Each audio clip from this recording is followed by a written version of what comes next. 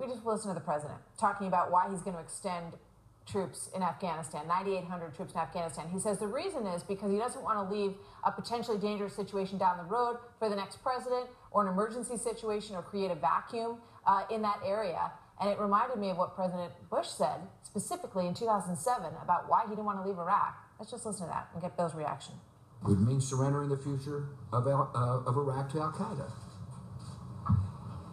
It mean that we'd be risking mass killings on a horrific scale. It would mean we allow the terrorists to establish a safe haven in Iraq to replace the one they lost in Afghanistan.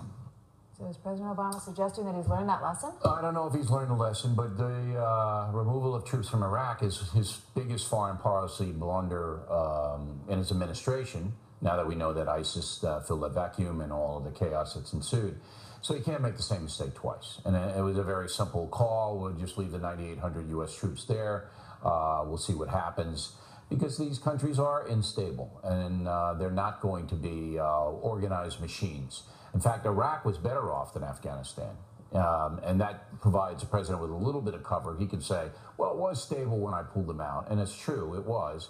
But once you leave an American presence, anything could happen with these terrorists because they're not going to stop. And that's what Americans get frustrated by. We think, well, we beat them and then we can leave. But they're always going to come back, these people. And that's, a dilemma that I don't think is solvable. Yeah, I think a lot of Americans are frustrated with the investment, $61 billion we've put into Afghanistan. And so you can understand in some ways why a lot of Americans would say enough. And I do understand that. But if you say enough, then you have to cede the country back to the Taliban, and they're going to do the same stuff. They're going to oppress their people, and then they're going to allow Al-Qaeda or ISIS or whoever it is to make bases there, and then, and that's what happened at 9/11. So you're just going to repeat it. You've got bigger enemies out there too. You've got Iran, you've got Russia rattling its saber, and Jens Stoltenberg, who is the new Secretary General of NATO, is coming to Washington, and he wants to meet with the president. And as Colonel Peters said moments ago, that's what usually happens when the Secretary General of NATO comes to Washington.